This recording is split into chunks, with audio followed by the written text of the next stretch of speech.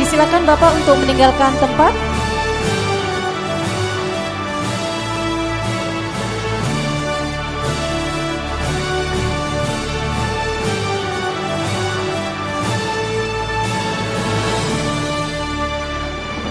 Baik, berikutnya bersiap untuk naik ke atas pentas inovasi Pacarita, pemuda cinta bahari, anti bom dan bius ikan dari Dinas Kelautan dan Perikanan Provinsi Sulawesi Selatan.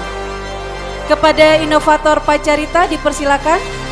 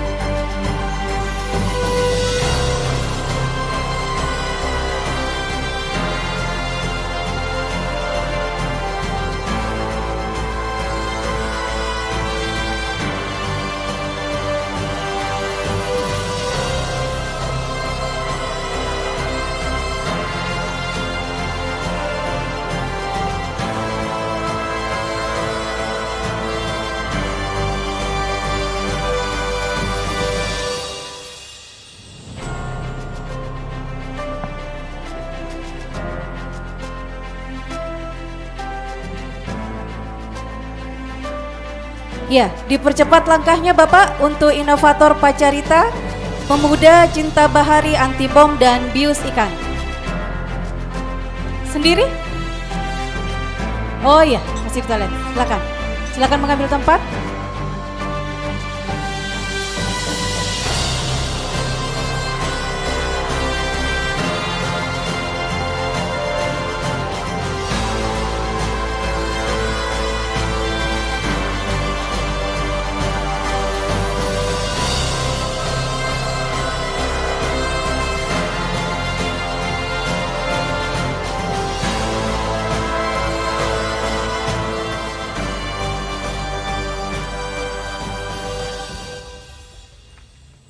Ya, baik Bapak dan Ibu tim penilai, karena Pak Kadis masih di toilet ya, kita akan memutarkan dulu video inovasi Pacarita. Silakan.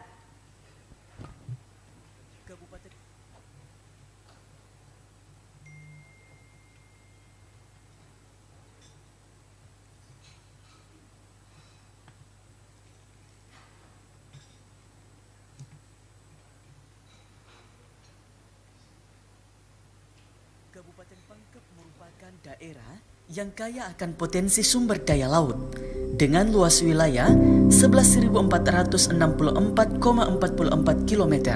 Akan tetapi, maraknya penangkapan ikan menggunakan bom dan bius masih marak terjadi, sehingga mengakibatkan kerusakan ekosistem laut. Berbagai upaya telah dilakukan, namun belum mampu mengubah perilaku nelayan, sehingga dibutuhkan pendekatan persuasif untuk mengubah pola perilaku nelayan dalam penangkapan ikan yang aman bagi ekosistem laut. Pada tahun 2019, CDK Pangkep melakukan inovasi dengan mengembangkan program Pemuda Cinta Bahari, Anti Bom dan Bius Ikan atau disebut Pacarita. Program ini merupakan kerjasama pemerintah, pihak swasta, dan masyarakat. Pacarita bertujuan menurunkan jumlah kasus destructive fishing hingga 0 kasus. Hal tersebut akan tercapai melalui pemberdayaan generasi muda sebagai agen perubahan dalam meningkatkan kesadaran nelayan untuk tidak menggunakan bom dan bius dalam penangkapan ikan. Hingga tahun 2022, komunitas Pacarita telah terbentuk pada 4 pulau yang ada di Kabupaten Pangkep, yakni Pulau Kapoposang, Pulau Pak Jenekang, Pulau Bontosua, dan Pulau Salepo. Adapun kegiatan yang telah dilakukan oleh Pacarita Pangkep adalah sosialisasi dan kampanye anti bom dan bius ikan dengan pemasangan papan informasi dan kampanye secara door to door ke rumah warga. Edukasi dini kepada siswa sekolah dasar dan sekolah menengah mengenai manfaat dan pentingnya menjaga terumbu karang sebagai rumah ikan, serta larangan penangkapan ikan menggunakan bom dan bius. Rehabilitasi ekosistem laut melalui transplantasi karang dan pembangunan apartemen ikan. Karang hias akan memajukan ekonomi masyarakat secara tidak langsung dan akan merubah perilaku masyarakat. Setelah 3 tahun, Pacarita mampu menurunkan kasus destructive fishing, di mana pada tahun 2020 terdapat 7 kasus, tahun 2021 berkurang menjadi 4 kasus, dan tahun 2022 tersisa 1 kasus. Luas wilayah transplantasi karang sebesar 2,4 hektare dan apartemen ikan seluas 1.600 meter persegi. DKP Sulsel menunjukkan peningkatan jumlah tangkapan ikan dari 18.149,1 ton di tahun 2020 menjadi 20.714,6 ton di tahun 2021. Senang dan bangga bisa jadi tim komunitas Pacarita. Inovasi Pacarita terbukti wujudkan bahariku bebas bom dan bius.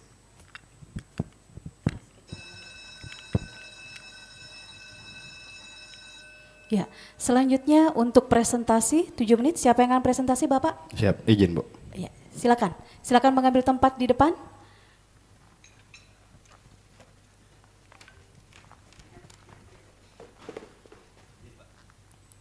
Assalamualaikum warahmatullahi wabarakatuh. Di tengah Bapak. Iya. Di tengah mengambil tempat posisi 7 menit dari sekarang. Siap. Silakan Bapak. Bismillahirrahmanirrahim. Assalamualaikum warahmatullahi wabarakatuh. Yang saya hormati para tim Dewan Juri Inovasi Pelayanan Publik Provinsi Sulawesi Selatan. Mohon izin Bapak Ibu, saya dari Dinas Kelautan dan Perikanan Provinsi Sulawesi Selatan sebagai salah satu finalis Inovasi Pelayanan Publik tahun 2023 yang akan menyampaikan pemaparan materi inovasi kami. Pemuda Cinta Bahari Anti Bom dan Bius Ikan merupakan salah satu program yang mendukung pemanfaatan blue economy, yakni pemanfaatan ekosistem laut yang berwawasan lingkungan yang untuk mendukung peningkatan perekonomian, kesejahteraan, mata pencarian dan sekaligus pelestarian ekosistem. Secara ringkas, inovasi ini memberdayakan pemuda dalam memerangi aktivitas bom dan bius ikan yang saat ini sedang marak dan menjaga ekosistem laut. Konsep inovasi ini mengusung sistem kolaborasi pentahelix sehingga dapat mempercepat pencapaian tujuan pembangunan berkelanjutan nomor 14 tentang keberlanjutan. Terumbu karang yang terjaga yang menjadi sumber daya keanekaragaman hayati laut, diantaranya terumbu karang yang sehat akan berkontribusi terhadap peningkatan kesejahteraan masyarakat nelayan.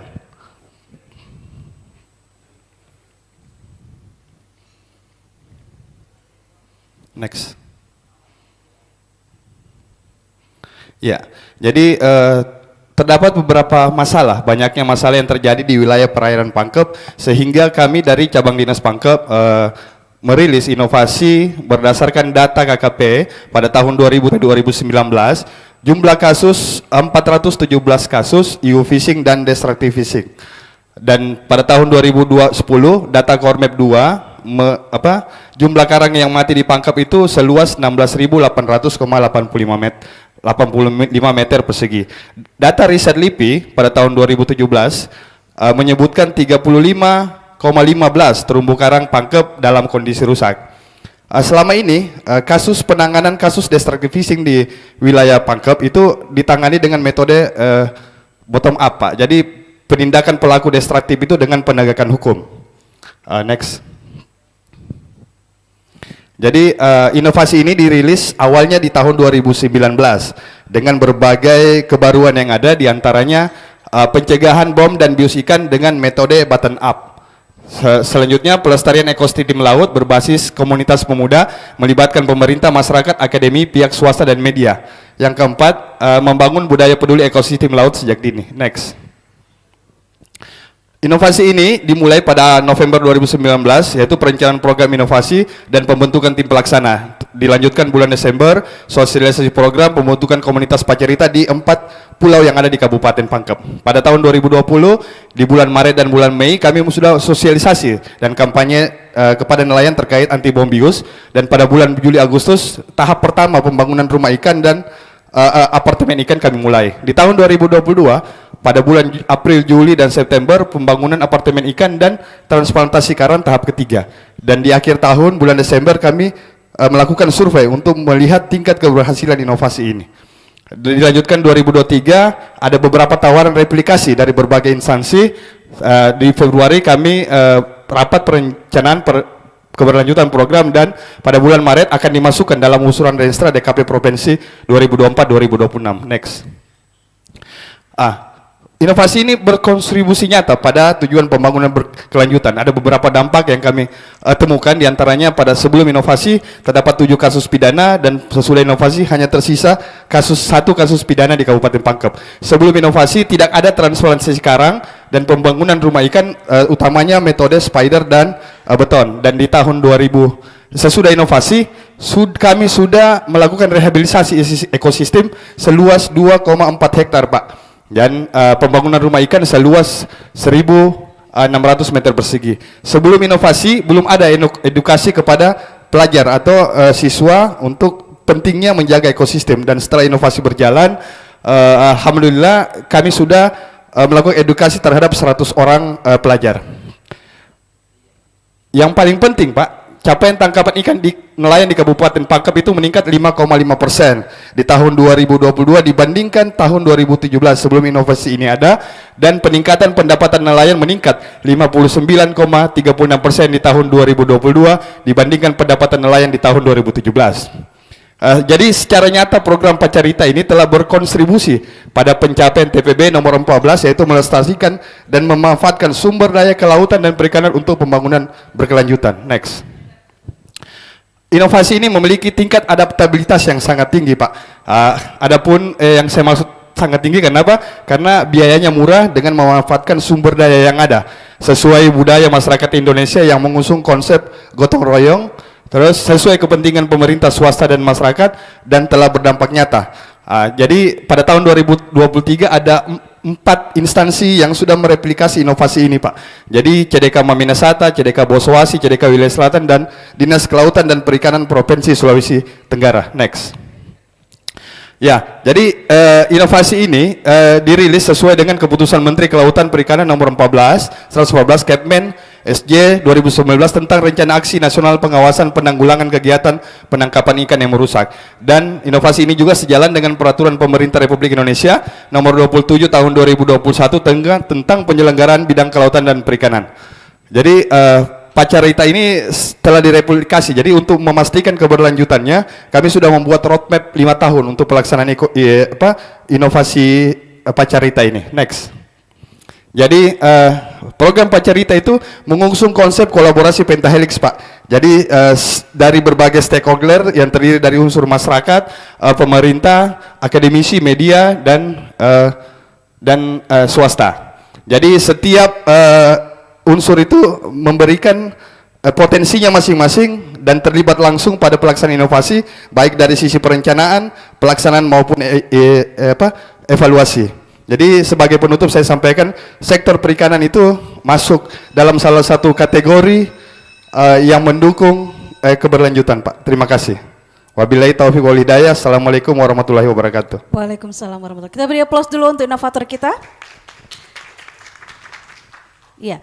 Berikutnya saya persilahkan kepada Pak Kadis untuk testimoni atau dukungan atas inovasi ini, Bapak. 2 menit, silakan Bapak. Terima kasih. Assalamualaikum warahmatullahi wabarakatuh. Selamat pagi, salam sejahtera untuk kita semua yang kita hormati dan kita banggakan semua, para dewan juri.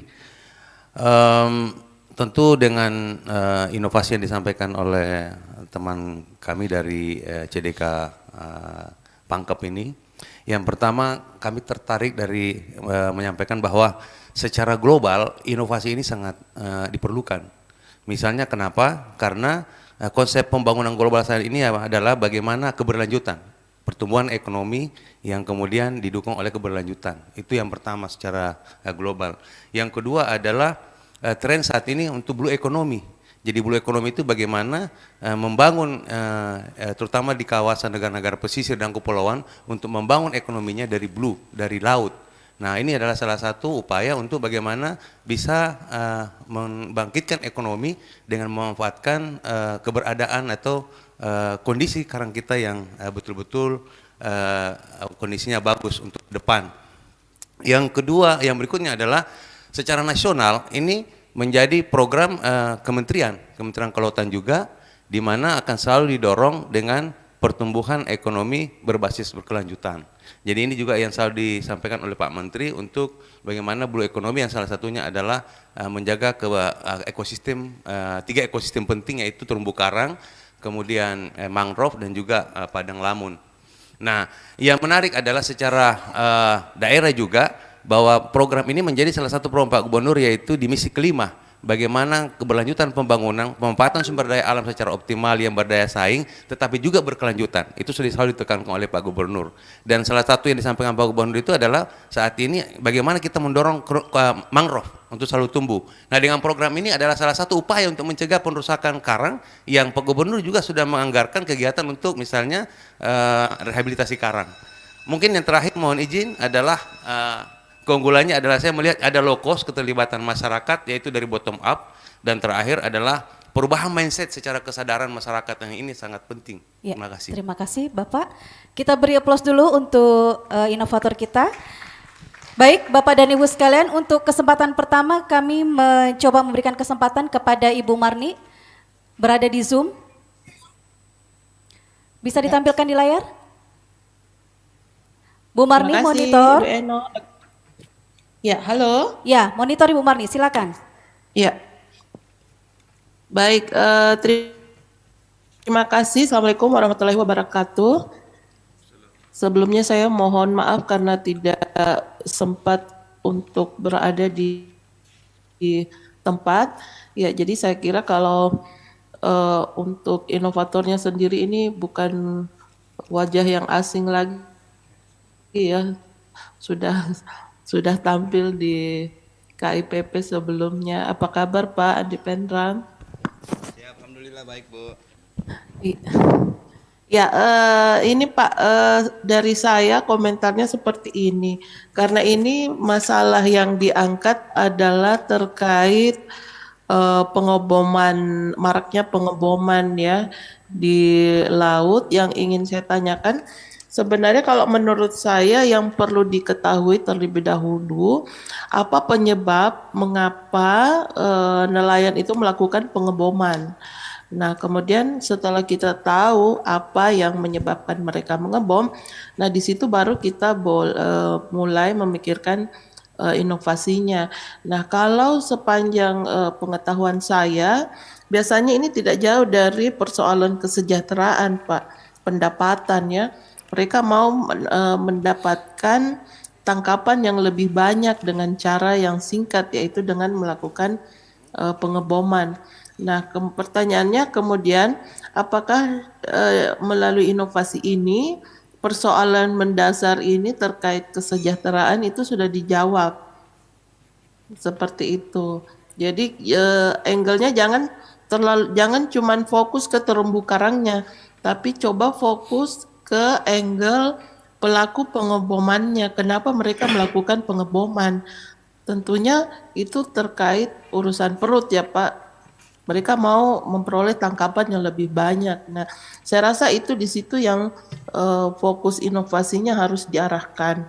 Kemudian yang ingin saya ketahui juga terkait dampaknya Pak. Selain tadi luasan terumbu karang yang sudah baik, sudah aman, sudah tidak rusak lagi, bagaimana dengan tingkat kesejahteraan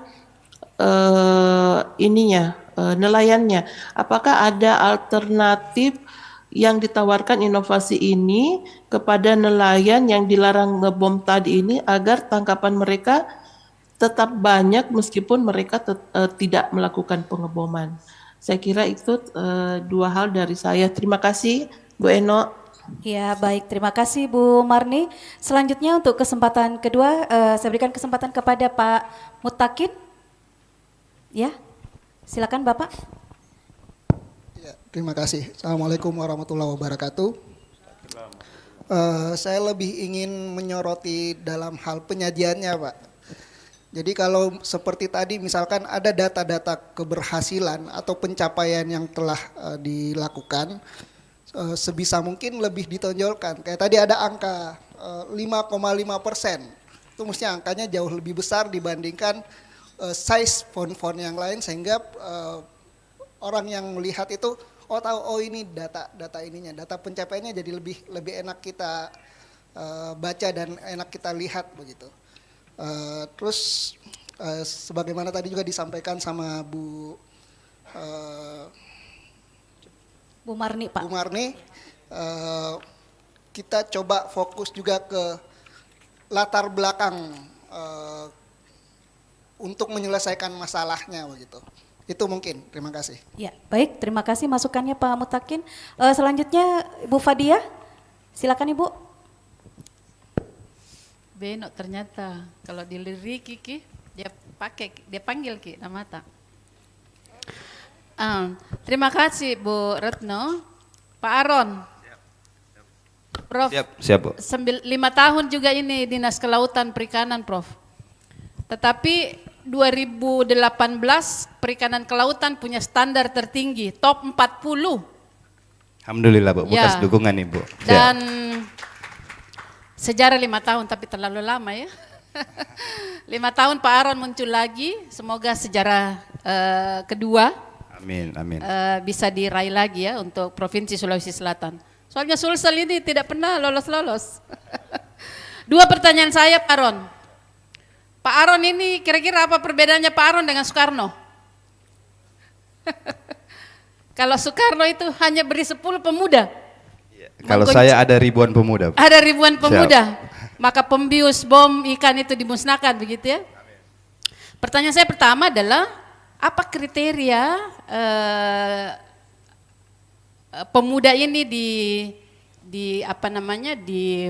dipilih, apa yang menjadi kriterianya sehingga dia menjadi pasukan Pacarita. Lalu kemudian yang kedua, tadi saya melihat ada kontribusinya, ada perannya pemerintah desa, tetapi saya tidak melihatnya di dampak Pak Aron.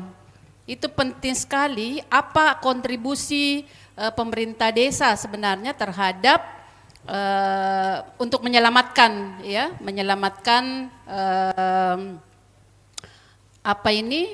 sehingga tidak lagi para nelayan itu tidak lagi melakukan pemboman maupun bius ikan. Itu yang kedua.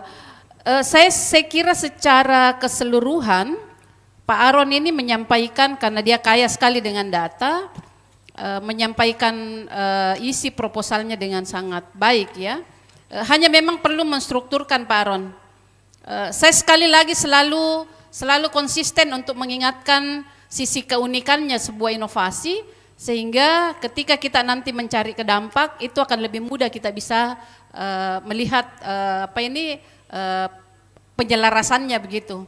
Nah itu belum kelihatan ketika Pak Aron mempresentasikan. Tapi secara keseluruhan menurut saya inovasi ini menarik karena lebih awal ada gerakan pemuda yang dilibatkan, apalagi di kepulauan. Tapi banyak jika pemuda di pulau. Banyak sekali Bu, jadi kami itu ada 4 kecamatan dengan 30 desa, 4 kelurahan. Total masyarakat itu sekitar 80.000 Bu, di Kepulauan Pangkep. Di Kepulauan Pangkep, Iya. Oke. Menarik Pak. Terima kasih Bu Retno. Oke, baik. Berikutnya saya berikan kesempatan untuk Prof. Sangkala. Ya, silakan Prof. Baik, ya jadi menambahkan yang sudah, bahwa memang ide inovatifnya jelas, tapi tadi memang perlu diperjelas seperti kata Bu Marni tadi. Nah memang aspek signifikansinya memang harus diperlihatkan ini, karena kalau kita lihat jumlah pengeboman yang terus menurun 741, tetapi kalau kita lihat data kerusakan terumbu karang itu sangat besar, jadi tidak korelasi gitu antara kerusakan dengan jumlah pengebom ya. Mungkin jumlah pengebom yang formal didapat, tapi yang tidak didapat mungkin banyak. Nah itu yang perlu ditampilkan datanya, sehingga itu bisa signifikan dalam artian bahwa dampak yang ditimbulkan dengan adanya inovasi ini, maka pengebomnya itu semakin berkurang ya. Jadi itu persoalan data gitu. Lalu kemudian hal yang penting juga saya kira dilihat itu mengenai memang sangat debatable kalau kita bicara mengenai meningkatnya jumlah pendapatan nelayan gitu kan. Karena banyak faktor, bukan hanya semata-mata karena pacarita. Jadi ini harus bisa di klub betul-betul diperlihatkan bahwa dampak daripada nelayan ini dengan tidak lagi melakukan kerusakan lingkungan ini, maka pendapatan mereka meningkat. Nah itu yang harus betul-betul berkorelasi langsung gitu, jangan sampai tidak membias datanya itu, karena pasti akan ditelusuri itu. Nah yang kedua saya kira adaptabilitasnya ini memang harus dipertegas di situ bahwa memang pacarita ini merupakan bagian integral dari kebiasaan atau budaya masyarakat setempat. Dalam istilah antropologi itu folklore gitu kan, apakah cerita yang sudah melenggain dari masyarakat atau mitos-mitos yang kemudian itu diceritakan kembali yang ada kaitannya dengan upaya untuk menurunkan pengeboman atau perusakan lingkungan itu. Jadi itu yang saya kira perlu diperjelas. Kemudian keberlanjutannya itu bukan sekedar roadmap Pak, tapi yang terpenting ini masuk dalam RPJMD gitu, termasuk pembiayaannya. Karena ini kan melibatkan banyak pihak kan, sehingga itu ditetapkan dan ada SK bupatinya atau peraturan bupatinya, itu yang paling kuat berkaitan dengan keberlanjutan. Kalau keberlanjutan saya kira sudah diungkapkan tadi, tetapi tidak diceritakan seperti apa peran-peran strategis mereka sehingga Pentalixnya itu terlihat apa perannya gitu ya. Nah, termasuk juga saya kira videonya tadi, mestinya videonya itu memuat apa inovatifnya, signifikansinya, kontribusinya dan seterusnya. Jadi jangan yang diungkap di video itu tidak relevan dengan aspek penilaian. Jadi video itu kesimpulan dari aspek-aspek penilaian tetapi dalam bentuk nyata gitu ya. Saya kira demikian tambahannya. Siap. Baik, terima kasih Prof.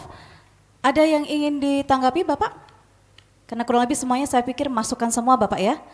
Ya, masih ada waktu dari Prof. Haidar mungkin? Ada Prof? Saran, masukan ataupun pertanyaan silakan. Ya, makasih Bu Retno. Yes, ini menarik sekali juga ini memang karena ya bukan kebetulan ini daerah kelahiran saya dan saya besar dan menjadi profesor karena banyak makan ikan dari Lukan Tangaya, Lukan Kalmas. Bapak saya menjadi kandep kecamatan di sana. Tahu karakternya sana. Tapi ini satu inovasi yang dicoba diangkat tentang pacarita. Mungkin perlu yang ditampilkan karena penekanan kita kepada tadi pemuda yang cinta bahari. Ada fenomena selama ini anak muda di sana itu yang di pulau waktu bapak saya ini mengajar ya, dikasih sekolah setelah selesai tidak mau balik ke pulau, padahal kan ya saya pikir ya, termasuk saya teman saya dulu itu ditempatkan di sana tidak ke sana.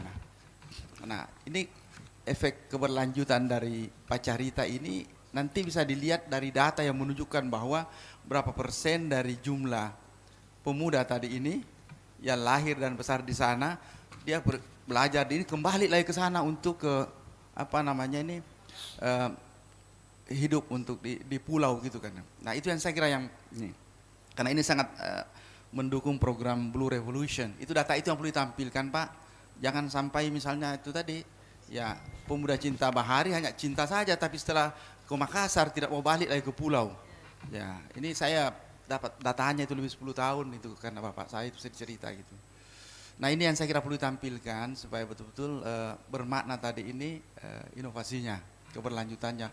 Kalau tentang kalau ini berhasil ini saya kira sangat mendukung memang pembangunan berkelanjutan ini. Ya saya suka ini, saya suka sekali karena 2/3 dari wilayah kita ini kan, apalagi Pangkep kan, yang sampai Lukan Tangai, Lukan Kalmas itu tempat bapak saya itu kurang lebih 10 tahun di sana, luar biasa. Ya saya kira itu tadi tampilkan datanya supaya kelihatan dampaknya Pak. Jangan pemuda cinta bahari ini bukan hanya kata-kata cinta tapi mau balik lagi ke sana. Ya kalau seperti teman saya, sahabat saya yang jadi guru di sana ternyata jadi juragan ikan Pak. Ya tapi bukan dia tadi termasuk kepada yang itu tadi tuh yang suka membom dah karena dia ustadz. Baik jadi ustadz juga jadi juragan ikan, guru juga. jadi kaya ya, kaya. Mobilnya saya lebih bagus dari mobil saya. Ya. Karena itu kira-kira yang itu kan dimasukkan itu datanya. Siap, terima kasih Prof. Kita beri aplaus dulu untuk inovator kita pada siang hari ini, Pak Carita. Baik, Bapak inovator, Bapak Ibu yang ada di atas, dipersilakan untuk turun. Dipersilakan untuk meninggalkan tempat. Sudah habis waktunya Bapak. Ya, ada yang ingin disampaikan Bapak? Oh ya mungkin, boleh sedikit aja. Boleh, sedikit jadi saja karena Bapak. saya diminta tadi ya. Ya. Jadi mungkin yang saya hanya menambahkan sedikit Bu mengenai keunikan ya Bu. Jadi keunikan yang saya lihat di kegiatan ini Bu adalah ada dulu program namanya Kormap, itu pinjam uang banyak sekali luar negeri untuk menyelesaikan masalah terumbu karang. Dan itu mungkin triliunan rupiah yang keluar. Dan sampai sekarang itu masih belum selesai masalah karena top down. Nah, Pak Aron ini mendorong bottom up dan perubahan mindset daripada masyarakat nelayan untuk penyadarannya sendiri bahwa dengan menjaga terumbu karang ada potensi untuk menangkap ikan lebih banyak, tidak perlu jauh-jauh lagi. Dengan menjaga terumbu karang saat ini ada potensi mendapatkan yang namanya carbon trade, blue carbon. Kalau itu ada, mereka akan dibeli oleh pihak luar negeri untuk mereka bisa mendapatkan uang lagi. Nah ini harus disadarkan mereka bahwa itu sesuatu yang berharga untuk ke depan. Jadi bottom up ini yang menarik Bu. Jadi saya kira saya melihat ini sangat bagus kalau bisa berjalan dan itu efektif cost karena tidak perlu seperti kita minjam uang ke luar negeri untuk menyelesaikan masalah tidak selesai juga. Itu mungkin Bu ciri khasnya yang dipertanyaan tadi Prof yang mengenai apa ciri khasnya sebetulnya ini yang menarik situ Bu penyadarannya. Terima kasih. Ya, siap. Terima kasih Pak Kadis, Pak Inovator dan Ibu, dipersilakan untuk meninggalkan pentas. Kita beri aplaus dulu Bapak Ibu.